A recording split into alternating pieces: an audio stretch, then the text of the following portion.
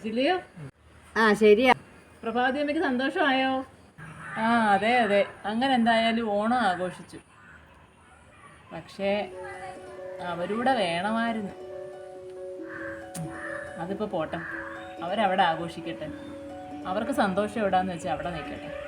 എന്തായാലും നിങ്ങളെല്ലാവരും എൻ്റെ കൂടെ ഇരുന്ന് ഓണം ആഘോഷിച്ചല്ലോ, എനിക്ക് സന്തോഷമായി.